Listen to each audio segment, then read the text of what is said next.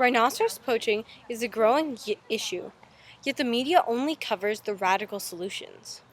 The media also waits till the situation becomes dire to talk about it. When rhinoceros poaching first became an issue, no media covered it at all. But now, as rhinos are coming very close to extinction, the media is jumping all over to cover it and all of the weird solutions that everyone is trying to come up with. Africa is a vast continent. Poachers use its size and the cover of night to their advantage.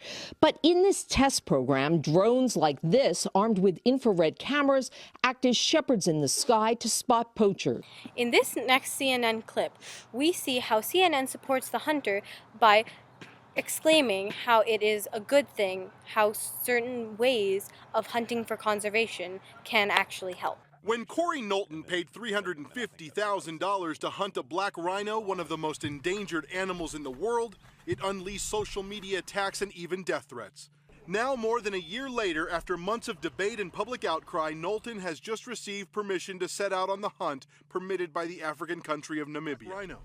Knowlton will hunt a black rhino that is one of a small group that has been pre-selected by the Namibian government. The rhino will be an older male that no longer reproduces and that many experts say is a threat to younger, healthier rhinos. And that's why Knowlton argues that if you can kill that animal and raise hundreds of thousands of dollars at the same time, it's a good thing.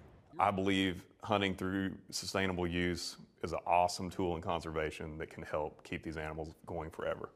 In this next interview with Susan Xiong, we see how she tells us about her views on the media and how she thinks that the media is actually only treating the symptoms of rhino poaching rather than the actual problems. Well, I think right now there's too much hype around the issue, and whenever there is too much hype around any issue, it's really difficult for people to think about it rationally and find a solution that is rational rather than radical and useless. So the media, in a way, always pay attention to issues that would grab people's attention.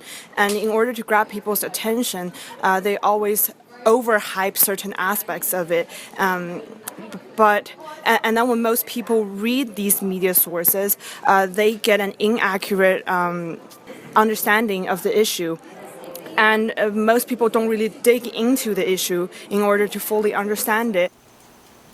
In this next clip of the World Wildlife Fund, we see how they use a sort of sympathetic approach to show you how savage these poachers are while killing the rhinos. I think people don't understand how many animals are killed and how savagely they're killed. I mean, it's just slaughter of the worst sort. I mean, rhino killed, its horns cut off. What has emerged in recent years is a rumor, a myth in Vietnam, that rhino horn can be used to cure cancer.